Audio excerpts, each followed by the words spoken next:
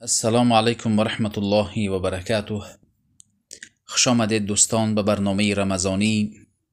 حدیث ما از ابو هریره رضی الله عنه روایت شده است. از پیامبر روایت میکنند، میگویند پیامبر صلی الله علیه و سلم فرمودند: من قام رمضان ایمانا و احتسابا غفر له ما تقدم من ذنبه.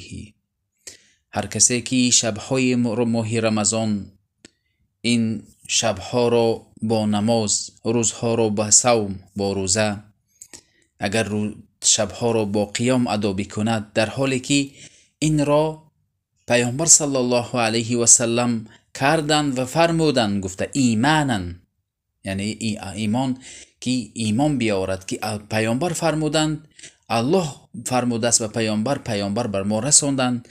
این امر الله گفته اگر شبها نماز بخواند و احتسابا، و این چنین اجر پاداشی این نمازها رو از الله انتظار شود، غفر له ما تقدم من ذنبه، گناههایش محو می شود.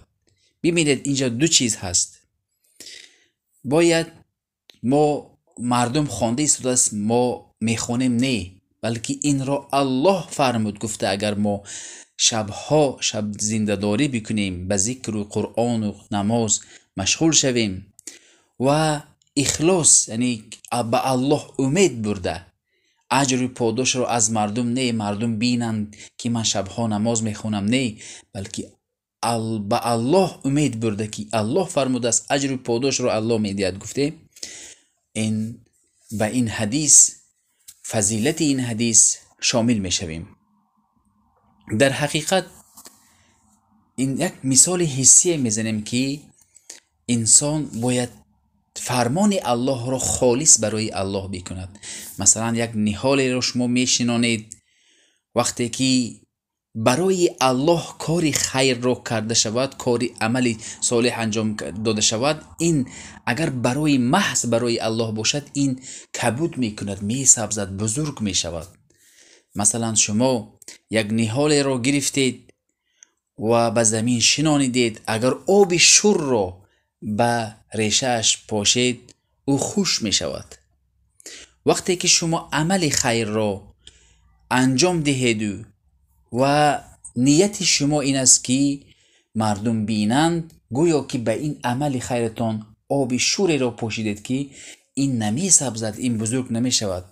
خالص، یعنی آب شیرین، آب تازه رو می پوشد که خالص باشد برای الله. بعد این عملتان اگر چندی کوچک باشد می سبزد.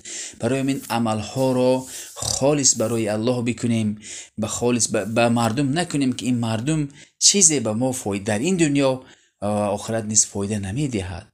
اگر ما برای الله بکنیم، خالص این است که از هر چی آشوبها پاک باشد. مثلا الله میگوید که ما شیر را از حیوان، وقتی که شیر می آید، از بین اخلاط خون یک شیر خالص می برد. باید به الله عملها را خالص انجام دهیم. اگر به ریا و این شرک و این خودنمایی آمیخته باشد، الله این را قبول نمی کند. برای همین الله گفته است که پیامبر گفتند که من قام رمضان ایمانا و احتسابا، یعنی الله فرمود و اجر و پاداش را از الله انتظار باشیم.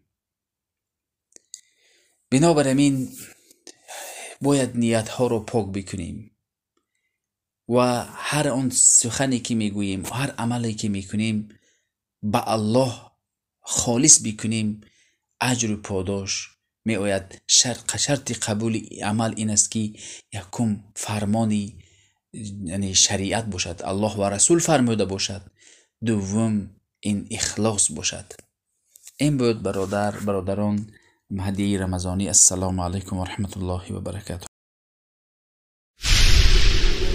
أينما كنا